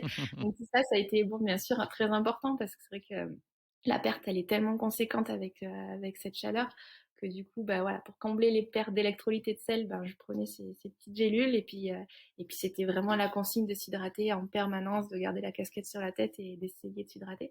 Parce que ouais, cette montée-là particulièrement, là même jusqu'à Vergio, on est vraiment en plein soleil tout le temps. La roche, elle rejette pas mal la chaleur aussi, donc il a fallu le gérer, ouais. Ça s'est plutôt bien passé. Même si forcément, hein, ça puise, c'est un paramètre qui fait que ça puise quand même encore plus. Mais bon, je pense que ça, finalement, la chaleur, ça a été pas trop mal quand même à gérer. Tu arrives ensuite au fer à cheval où tu retrouves Seb Chénieux et puis Guillaume qui prolonge d'une étape à nouveau. Et tu vas aborder un peu plus tard un de tes passages préférés, là encore, après Manganou, un moment de Ouais. la journée en plus qui sublime encore plus les lieux. Est-ce que tu peux nous parler de ce passage-là et ton passage préféré en Crète? Ouais, je crois que c'est vraiment mon passage préféré du GR. Alors c'est vrai qu'il y a les lacs de Nino aussi juste avant qui sont magnifiques avec toutes ces tourbières, là, ce qu'ils appellent les podines. C'est magnifique, il y avait des chevaux partout, c'est très très beau. Mais vraiment la pépite, je trouve que c'est après Manganou, on arrive au-dessus de la vallée de la Restonique, où c'est vraiment des crêtes. Alors on a les lacs du Capitellou qu'on voit, c'est très très montagneux, c'est très minéral. Là, il y a pas un arbre. Et c'est vraiment magnifique. Et en plus, forcément, on y est arrivé, ouais, sur les coups entre 18h et 20h, quoi. Et ça a été vraiment, vraiment un instant magique. En plus, il y a voilà, les organisateurs de la Restonique qui nous ont fait un petit ravito. Alors, ils nous l'avaient demandé, mais dit un peu en avant, mais franchement, comme on était un peu en avance, Guillaume il me dit ah ils y seront pas, ils y seront pas. Et finalement ils y étaient et ça a été chouette aussi au-dessus des lacs là ils nous avaient fait un petit ravito donc ça c'est des moments de partage c'était incroyable. Au refuge de Petrapiana aussi on y est arrivé sur les heures juste avant ou juste après le repas là de tous les randonneurs donc ils étaient tous là ouais, ils nous ont fait un accueil incroyable. Donc entre la beauté de ce paysage qui est magnifique et La les heures à chaleur des laquelle gens autour de toi qui t'entourent. Ouais. ouais, c'était vraiment fabuleux, ouais. Là, c'est des souvenirs incroyables. Tu prends le temps de t'arrêter à chaque fois ou tu es un peu timé et au bout de 30 secondes, tu dis allez, on perd pas le nord, faut y aller là, faut repartir assez vite. Alors, on reste pas longtemps, mais surtout avec Guillaume, on s'arrêtait quand même au refuge. Et notamment au refuge, on prenait le temps au moins de dire, en tout cas de, bon déjà il fallait tamponner le petit carnet, et puis même de parler, de dire bonjour aux gardiens, de leur faire un petit coucou, parce que mine de rien, ils ont été super. Ils nous ont, à chaque refuge, ils nous ont préparé un petit ravito. Ils avaient sorti les canettes d'orangina, de coca, des sneakers. Ça, ils ont été super à chaque fois. Et du coup, c'est important, je trouve, à la fois, bon, par contrainte de devoir tamponner ce carnet et par respect pour leur accueil, de prendre un moment. Mais c'était quoi? C'était 2-3 minutes maximum, 3 minutes grand max, quoi. Mais on prenait quand même le temps de le faire. Tu as senti beaucoup d'adhésion sur le projet et d'enthousiasme sur les gens que tu as pu rencontrer sur ton parcours ou sur tes points d'étape comme cela? Tu as senti vraiment que tout le monde était avec toi? Ouais, c'était vraiment chouette. Ah ouais, vraiment. Alors à la fois les randonneurs, c'était drôle parce que puis même il y avait des fois des étrangers et ils étaient tous à fond et je crois qu'ils étaient tous ouais, ils étaient un peu au courant du projet, donc dès qu'ils me croisaient, ah c'est toi qui tente et tout. Donc ça c'était vraiment chouette. Et puis ouais, l'accueil au refuge, ouais. Les refuges, ça a été génial. Et puis bon là c'est les acteurs du GR quoi, donc d'être accueillis par eux dans leur milieu et d'avoir comme ça leur encouragement et leur soutien, c'est fort quoi. Il y a à nouveau un peu plus tard un de tes pacers qui est victime lui aussi de la loi de la gravité. Ouais, ouais c'est Seb, le pauvre, Pauvre il Seb. est tombé aussi, bah, peu de temps après Petra Piana. Il est tombé, et puis il s'est bien, enfin, il est tombé sur la cage thoracique, quoi, et du coup, ça lui a à la fois coupé un peu la respiration, et ça lui a bien fait mal. Donc, ouais, le pauvre Seb, on l'a encore lâchement abandonné avec Cyril. À Londa, le refuge avant d'entamer la nuit. Et du coup, c'est Thomas, qui est le stagiaire de chez Scott, qui était à fond et qui attendait que de prendre le relais, qui est venu avec nous dans la nuit. Donc ouais, on a encore laissé le pauvre Step sur le bord du chemin. Mais ça va, il va. Vous arrivez un peu plus tard à Vidzavon, qui est un gros point d'étape, un gros marqueur du parcours. Le bilan de cette première journée, il a été très positif, puisque là, sur la partie nord, là, la nuit commence à arriver. Tu marques une bonne coupure. Là, c'est le moment de faire quand même un petit break un peu plus marqué avant de repartir, notamment dans la nuit. Ouais. Ouais, là, donc, on arrive à Vidzavon. Donc, le plan, c'était de s'arrêter pas plus de 20 minutes. C'est ce qu'on a fait. Je me suis changée. Mais là, presque, je me suis trop arrêtée. Pourtant, je me suis pas arrêtée longtemps, mais presque, c'était trop parce que finalement, j'étais dans la lancée avec Guillaume. Ça se passait plutôt bien, même s'il y avait de la fatigue, mais on était dans notre lancée, ça allait bien. Et cet arrêt à Vidzavon, bon, il devait être minuit, 1 heure. J'ai quand même réussi à manger un petit peu. Et là, du coup, j'ai commencé à avoir mal au ventre, j'ai eu un petit peu froid. C'est fou comme ça devait être presque un peu fiévreux parce que les filles m'ont juste mouillé un peu les jambes à l'éponge pour me rincer. Et là, mais j'avais un frisson incroyable et c'est vrai que du coup, j'ai eu froid après. Donc, je me suis vite réchauffée derrière, mais ça a été un peu compliqué. Après, voilà, je pense que c'est normal. Comme on dit, sur des longues distances comme ça, il y a des hauts, il y a des bas. Et il est arrivé là, c'était sûr. Après, peut-être à refaire, ça serait voilà, de peut-être s'arrêter un poil moins, d'essayer de profiter de se lancer, du moins d'être sur cet élan, de ne pas trop s'arrêter. Parce que mine de rien, ouais, ça a été compliqué après. Ou alors peut-être de devoir faire une micro-sieste plus tôt, je sais pas. Mais ça a été compliqué, la nuit après a été un petit peu compliqué, ouais. La nuit qui était un passage que tu appréhendais pas particulièrement d'ailleurs. Pour toi, c'est une autre Bah, forme enfin, une autre façon de vivre la course qui te plaît aussi, qui est très ouais, complémentaire de l'expérience diurne. c'est ça. D'habitude, j'aime courir la nuit. Après, j'avais jamais fait de nuit dehors entière. Soit c'était des femmes parcours qui se faisaient des nuits, soit forcément quand on part très tôt sur une course de 80-200 bornes, on part de nuit. Et c'est vrai que j'aime bien courir la nuit, même faire des trails de nuit. Je trouve que la dimension nocturne, c'est fait que on voit pas la difficulté pareil, on voit pas la technicité de la même façon. Donc en fait, ça, des fois, enfin, je trouve que j'aime bien. Mais là, il y a eu de la fatigue en fait, et clairement, ouais, il y avait vraiment une grosse fatigue, un besoin de dormir et que j'avais complètement sous-estimé, ouais, clairement. Et donc, la micro-sieste que tu t'accordes sur le col de Verdey, elle a fait son effet, elle s'est avérée très positive et très efficace. Bah, finalement oui, alors que ça je savais pas hein, parce que j'avais jamais fait une micro-sieste. Alors Guillaume me l'avait dit, il m'avait dit écoute avec l'avance que t'as, franchement prends le temps même si tu dois dormir 20 minutes, dors 20 minutes. Et à chaque fois je pensais à ses conseils du coup quand ça allait pas bien, je me disais mais là il faut peut-être que je m'arrête et tout. Et c'est vrai que les copains de Corse qui étaient avec moi avant, ils savaient pas trop. Ils me disaient, mais non, on va avancer, t'inquiète pas, on avance pas vite, mais c'est pas grave, on avance quand même. Donc, ils ont pas trop osé me laisser dormir. Et c'est après, du coup, voilà, au passage à Verdé que j'ai fait cette micro-sieste et que c'est vrai que j'aurais pas pensé parce que c'est la première fois que je faisais ça. Mais ça m'a vraiment fait du bien, ouais. Le lever du jour, c'est un passage qu'avec Adrien, vous redoutiez un petit peu. Finalement, il s'est plutôt bien passé. Ça a été une bonne surprise. Ouais, complètement. C'est vrai que ça, voilà, on a pris le soleil à Prati. Là, pareil, comme d'hab, on a eu un super accueil, alors un peu privilégié parce que du coup, le gardien était en train de préparer les petits-déj aux randonneurs, donc il était juste en train de finir le café. Et du coup, il nous a proposé un café, il a été adorable. Vous aviez Et calculé votre plan de route exprès pour ouais, arriver à c'est ce clair. moment-là pour le café, c'est sûr.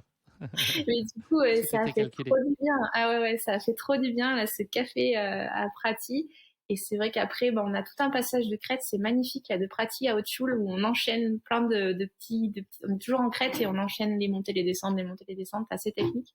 Et là, c'était un moment vraiment, vraiment sympa, qu'on redoutait au départ, ouais, parce il y a ce passage levé de petit matin qui est difficile. Et finalement, non, ça s'est bien passé. Et là, je me suis refait un peu la cerise à ce moment-là avec Steph et Benoît et c'était pareil, c'était un bon moment, ouais, vraiment bon moment. Vous continuez votre route et vous passez ensuite le col de Bavella, qui est un passage aussi sublime qu'il est délicat. Tu passes à travers ce moment un petit peu moins simple. Est-ce qu'à ce moment-là, tu as la conviction que vous pouvez aller au bout? Est-ce que c'est prématuré encore de se dire que c'est fait? Alors, on se dit que voilà, il reste 17 bornes, que ça y arrive, on y arrive, on va y arriver, mais à la fois, on est, voilà, il y a toujours le piège de tomber, il y a toujours ces cailloux partout, même si c'est beaucoup moins technique à la fin, c'est plutôt en profil descendant, mais il reste quand même trois petits talus. Donc là, clairement, à la fois, il me tarde d'arriver. D'ailleurs, je suis pas restée très longtemps à Babel. Voilà, je me suis dit, allez, on y va. Donc On à n'est la pas fois, là on pour sait envoyer des cartes postales. à la fois, on a une lueur d'espoir que ça arrive, et puis il faut pas se laisser malgré tout submerger par l'émotion et se dire, il faut rester concentré. Et il peut encore arriver plein de choses. Donc ouais, c'est à la fois un double sentiment de presque on y est au bout, mais il faut rien lâcher et jusqu'au bout, faut rester concentré. Donc on retient encore cette émotion. Est-ce que d'un point de vue physique, tu as des petits signaux d'alerte? Est-ce que tu as des zones qui sont un peu plus sensibles ou plus marquées? Peut-être les Alors, pieds ou... bon, j'avais des douleurs musculairement, c'était terrible, hein, les transitions, c'est affreux. On n'arrive plus à courir, j'avais une foulée catastrophique. Mais malgré tout, j'avais pas de douleur à un endroit plus que ça, quoi. Les articulations tenaient, tout tenait. Après, c'est plus, il faut rester lucide. J'ai eu commencé à avoir des moments de pas hallucination, mais de trucs bizarres. Enfin, je suis restée lucide, mais les cailloux commençaient à prendre des formes bizarres. Je regardais les arbres en 3 fois. Je commençais à me demander si c'était un bonhomme qui me regardait, un chat. Enfin, il y a des trucs des fois que je voyais bizarres. Mais voilà, le but là, c'est de rester concentré et de tenir, ouais, de rester vigilant jusqu'à la fin, quoi. La fin, elle peut que bien se passer puisque Adrien donc, sera un des deux pacers à t'accompagner sur les 17 derniers kilomètres. Tu arrives quasiment, enfin, tu touches quasiment en but et tu arrives aux portes de la délivrance. Est-ce que c'est vraiment le premier moment où tu t'autorises à être un peu prise par l'émotion ou est-ce que même là, pas question de lâcher le focus et voilà, il faut rester hyper concentré sur ce qui reste à faire, les quelques centaines de mètres qui sont encore devant toi? Ouais, bah, il reste 1 kilomètre des portes, c'est rien. Et à la fois, là, c'est pareil. Là, clairement, l'émotion, elle arrive, mais il faut la contenir jusqu'à l'arrivée. Mais ouais, là, clairement, on attend l'arrivée. Mais l'émotion, elle commence vraiment à envahir quand même. C'est difficile de la retenir. On sent qu'on y arrive. Vous concluez ces 170 km et 13 000 mètres de dénivelé positif après 35 heures et 50 minutes de course. L'objectif était de faire en moins de 36 heures, sachant que tu améliores le record d'Émilie Lecomte de 5h30. Qu'est-ce qui prime? J'imagine que c'est plein de mélanges et d'émotions très confuses. L'envie de serrer tout le monde autour de toi, ça doit être très exaltant et grisant comme moment. Non, c'est Bah, difficile peut-être d'y associer une émotion unique. C'est un savant mélange de plein de choses. c'est ça. C'est une émotion voilà, il y a tout qui s'effondre, quoi. C'est clair que là, on retient plus rien, on se rend compte qu'on est arrivé, qu'on est arrivé tous ensemble, et ouais, clairement, là, on est submergé par cette émotion et juste on savoure ce moment-là. C'est le chrono, il est loin, on n'y pense pas à ce moment-là. C'est C'est le plaisir vraiment, d'arriver qui prime, c'est pas tant le record, c'est ça? ouais, complètement, ouais, complètement. Est-ce que tu peux nous dire quels ont été, selon toi, les facteurs clés de votre réussite? Je dis votre, c'est ta réussite individuelle, mais avec un élan collectif très fort que tu as mis en œuvre autour de toi et que, aussi, sur lequel Adrien a joué un rôle central. C'est quoi les ingrédients indispensables qui ont fait que bah, vous ayez réussi à respecter ce projet à la lettre et que finalement la théorie et la pratique se soient bien croisées parce que vous aviez tout Bah, entrepris pour? clairement, c'est d'avoir été accompagné par les bonnes personnes. Je pense que c'est ça qui a été plus que moteur dans cette aventure, de l'avoir vécu, voilà, avec la meilleure des façons, avec avec mes proches, avec mes vrais amis. Et ça, je pense que c'est la réussite de ce projet. Après, bien sûr, voilà, l'entraînement, il a été top. Ça, c'est Adrien à qui on le doit. On a tout préparé et finalement, on n'a pas eu voilà, tout a été optimisé et les conditions étaient parfaites. Mais je pense que vraiment la réussite, oui, elle en vient à toute cette équipe autour de nous, quoi. Ça, c'est sûr. Est-ce que les quelques minutes ou les quelques heures après, tu as envie de faire une très grosse fête et de profiter de ce moment ou tu avais très très envie de dormir et de te reposer avec ta famille? Alors, c'est tout combiné. C'est vrai qu'on est épuisé. Bon, c'était fin de l'après-midi, donc on a bu ils ont bu une piètre. Moi, j'étais pas capable de boire une piètre. J'ai bu un thé. Je prenais un thé. Il faisait 40 degrés, j'avais froid. Bon, voilà, il y a plus rien qui va, quoi. Quand on s'arrête, il y a plus rien de très logique. Euh, oui, à la fois, bien sûr, envie de célébrer et à la fois capacité limitée à, à célébrer. Ouais, on a pris un peu de temps après pour rentrer et de se reposer. Et on l'a bien fêté. Par contre, on est allé manger chez Lambert qui a un resto du coup à côté de Kalamzan et on est allé faire une belle soirée chez lui. Bon, après, voilà, c'est comme tout.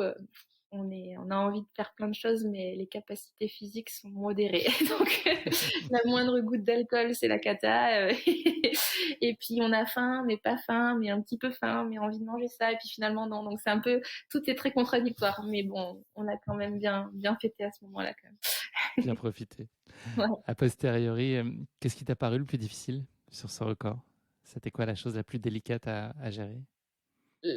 La chose peut-être plus compliquée, c'est tout ce qui est géré. Alors, il y a eu le sommeil, ça c'est sûr, et l'alimentation. Alors, c'est les facteurs clés, je pense, du long, et c'est sûr que c'est souvent ce qui revient, mais c'est vrai que c'est pas simple. Et ça aussi, on a des plans, on essaye de les tenir, mais alors après, on est loin de la théorie, de la pratique. Et là, en pratique, on est loin de la théorie, pardon. Et c'est difficile, la chaleur accentue la difficulté. Mais c'est vrai d'arriver à s'alimenter sur des efforts aussi longue durée, ben clairement à un moment donné, le sang, tout est focalisé sur les muscles et absolument plus rien dans le digestif. Et ça c'est dur de s'alimenter. Ça c'est vrai que donc je pense que c'est l'écueil principal de toute longue distance, mais c'est pas simple à gérer. Qu'est-ce que ce record il t'a appris sur toi? Il t'a forcément Euh, révélé des choses ou conforté ouais, peut-être certaines? ben que je sois capable de faire un effort aussi long et puis ce qui s'est passé dans ma tête pendant tout cet effort, en fait. Je pense que c'est ça où j'ai pris du plaisir vraiment pendant un si long effort, que la gestion des moments faibles, finalement, elle est faisable, on arrive à la gérer. Et c'est ça, peut-être, ouais, qui m'a le plus, voilà, j'ai le plus appris de ça, en fait, je pense. Question impossible, je te l'annonce, parce qu'il y en a une multitude de souvenirs de ce record. Si tu devais retenir une image, un moment. Ah, l'arrivée, quand on prend Faustin avec nous et qu'on est tous les trois, c'est des moments, et puis sur le coup, on se rend pas compte parce on voit un peu flou, je pense, mais quand on revoit les images, les photos de ces moments-là, et qu'on voit notre bébé qui cogite pas trop ce qui se passe parce qu'il sait pas trop ce qui s'est passé, mais quand même, il y a une émotion vraiment, vraiment très, très forte qui se dégage de son visage, et ouais, ça, c'est des moments, je crois qu'on gardera. J'ai vu une de ces photos, j'imagine qu'elle va être encadrée sur votre cheminée en bonne place. En tout cas, elle mérite de l'être parce elle est très touchante, je trouve. Il y a des photos qui sont belles à Paris. on est aujourd'hui, donc je l'ai dit tout à l'heure, 4 semaines après la fin de ce record. Est-ce que physiquement, tu as pleinement récupéré ou est-ce que ça prend encore plus de temps que ça? Bah, physiquement, ça va. Musculairement, ça a été assez rapide. Alors, mon copain là qui est médecin m'a fait une prise de sang. On a fait faire une prise de sang le lendemain à J5 et J7. Le lendemain, c'était catastrophique. J'avais des enzymes musculaires qui c'était le record de Corse. Ils ont jamais eu ça. Et Un pourtant, nouveau record. ouais, ils sont à côté des légionnaires et malgré tout, même les légionnaires, ils n'avaient pas eu des casses aussi importantes. Donc ouais, non, bon, voilà, le foie aussi avait pris un peu. Il y avait les enzymes du foie qui étaient augmentées, mais ça s'est normalisé au bout d'une semaine. Donc mine de rien, voilà, enfin, à la fois biochimiquement et de ressenti, j'ai pas eu de douleur. Enfin, les douleurs se sont rapidement estompées. Donc musculairement, j'ai vite récupéré. Après, ouais, il y a eu quand même bien 15 jours de grosse fatigue après derrière. Et puis en plus, ben, forcément, j'ai repris le boulot. J'ai repris le boulot à bloc, j'ai eu des gardes, ça a été alors d'un côté ça m'a fait du bien parce que voilà, ça m'a remis un peu les pieds sur terre, mais d'un autre côté ouais, ça a été une grosse fatigue générale, mais après physiquement au niveau de l'alimentation, de reprendre une alimentation normale, ça a été assez rapide ouais. Mais la fatigue, voilà, ça va mieux là maintenant, j'ai repris et ça va bien, mais il a bien fallu une coupure quand même, ça a fait du bien ouais. Merci beaucoup, Annelise. On va parler un tout petit peu d'avenir avant de se quitter. Est-ce que tu peux nous parler des prochains rendez-vous, s'il y en a déjà? Est-ce que tu as les idées claires sur la suite, sur tes prochains défis? Est-ce que c'est difficile finalement de se relancer sur un autre défi pas d'une telle ampleur ou pas forcément d'une telle ampleur d'ailleurs? Est-ce que c'est simple de poser le jalon d'après? Alors juste après la course, je me suis dit quand même que là, tout de suite, j'étais pas prête à reprendre, enfin, faire aussi long. Mais peu de Ça, c'est temps dans après, 48 heures, ça, ouais. mais finalement, peu de temps après, je disais à Adrien, tu sais, je suis pas dégoûtée. Et alors, c'est vrai qu'il a fallu s'y prendre tôt parce que maintenant, prendre des dossards sur des courses, des gros rendez-vous, il faut l'anticiper. Donc, on avait pris un dossard sur la diagonale en début d'année. Clairement, au début, c'était non. Je l'envisageais pas et on était tellement focalisés sur la Corse que c'était pas envisageable. Mais voilà, finalement, Ça le devient. 3 semaines après, ça le devient. Ouais, clairement, je vais préparer. Après, on va voir ce que ça donne. Peut-être que ça sera court par rapport à l'accord, je sais pas. Mais en tout cas, on va y aller. Donc, on va préparer la diagonale fin octobre. Fin octobre. Super projet. À plus long terme, est-ce que tu as un projet ou un défi sportif qui n'est pas forcément d'ailleurs dans la course à pied, mais un projet familial ou autre qui te tient particulièrement à cœur, que tu as envie de mener un jour dans ta vie, peut-être un rêve de gosse ou un rêve de maman que tu as envie d'accomplir seul ou en famille? Là, comme ça, non, j'ai pas, voilà, à titre individuel, j'ai encore envie de faire quelques grandes courses que j'ai pas encore faites et il y a des choses qui encore j'ai envie de cocher. Après, voilà, à titre familial, ben, c'est de le partager ensemble parce que voilà, c'est trop important de le partager. Je pense qu'on est complètement fans de voyage tous les deux et je pense on va le faire vite goûter à notre petit parce qu'il commence déjà à avoir quelques miles dans les pattes. Et Il a bonne école. ouais, du coup, c'est clairement de lui faire découvrir tout ça et puis de voyager avec lui, c'est génial. Donc, à la fois de profiter encore, voilà, de faire 2, 3 belles courses qui restent à faire et puis de voyager, de le faire partager à Faustin. Ouais, c'est un peu les projets. Après, d'autres projets comme la Corse, pour l'instant, on n'en a pas.